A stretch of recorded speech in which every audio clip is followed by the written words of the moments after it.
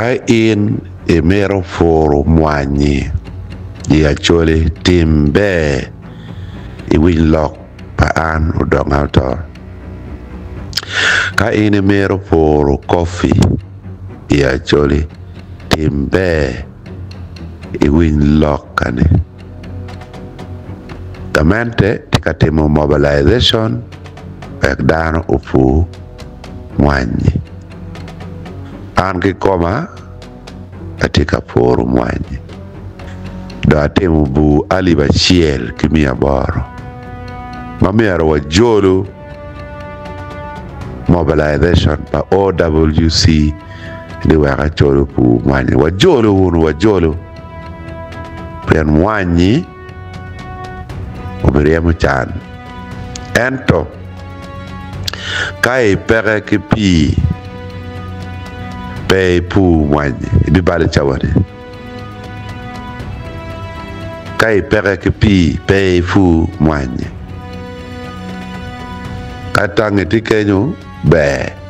pe ngarwo buole ni bi yako pi ki kulu ji ojete mwanyi ubi ngayo ko miyano ke queen shallow well mo chiki nong gir mi buku pi piane oro ya choli pinge tuo per mwanyi tuo but eno ma pere peteke kori mwanyi magamende tika poko ne bodane pe ugamu kori mwanyi ma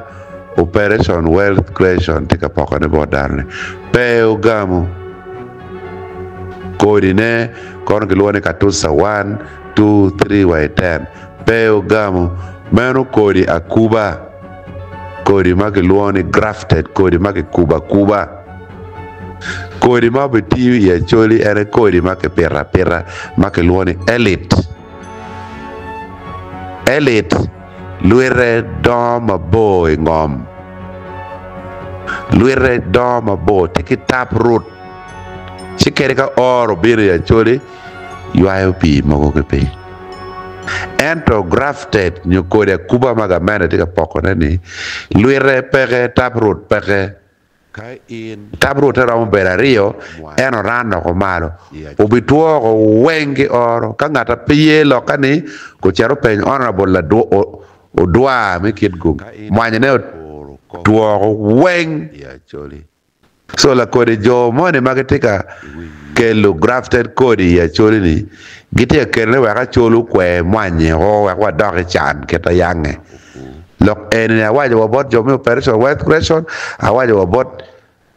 Gerald Salim Salegi magite WhatsApp group mwanyi eto gilingo yene tik gen go nano ni kodi akuba ni ngatu mo mukubu in northern Uganda pere pien tiche tek so gen lo lok gukubo ko chigo chero gu chelo wang dano OWC yo mako beti donge wani ene kodi mabe madwe mo karre ki poko ke dana ta kae gamu kodi ene miringere balo karani ka gware tiki pi di kali chi bera onyu pi e jui chi gware kodi ni biko o chere kodi elites ko bere ma ana loko ni agamu kodi elites ali bapa mati femme mega pade comme koda ciel ciel mi abiciel erne lu redonyo mabo pebere ne ate business me be chato kodi ko ciel mi abiciel pe la ko kadaro ento ma ka waje daro ne kodi right mi ar ke me ke daro example mabe so wun jo mo gam kodi mi norni futoko biri fam bora chilling mi abiciel inon kodi mabere pianti plan pa jo bane ke merni or mabirni kodi tuo we ya choli daro okay mwanye mege chero penyo honorable do amagre mano kodi akuba man mi arute tara loka pere ter wajolo mwanye er mi arongeni jemi wen politics tige politics me mwanye obegoy ko wago kai pegi pi pay tem kai chere kodi akuba grafted ubinyane pero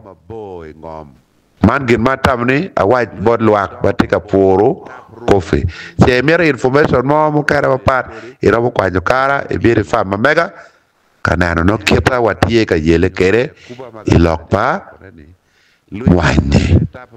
me agiki ger wajore kodi elite ma ana tika encouraging actually before ni kodi elite tuo duong ye en wa ko chergo i kodi ngo kodi akuba ka iri chere fam pa lo loko pur mwanye ka mweng so kin mwanye chok ti tuo chako ber pe ni so ya chole kin mwanye bo ngarbar pur ka ngarbar pur ma la bija ngai tuo pe kobo so solution gi mago wa ko kate ki kodi akuba ni kodi akuba kodi pe kobo pien ka tuo te ko no en ku ko no pa meno solution gere ma be edo bodwa ki lupu light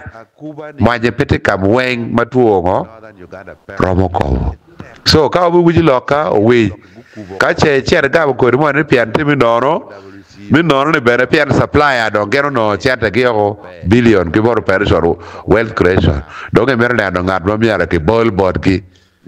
sino be do je pao ko ri ngat ma ti ka supply gan en ti won kom panasari bed operators in Uganda weng ena wa no donga ko ja choli pego donyi kodi akuba obenyan ke pao awa ko kejo kama mer for mwanyene karibu wajolu program pagamene bar wadojo gi ngej meng na ruode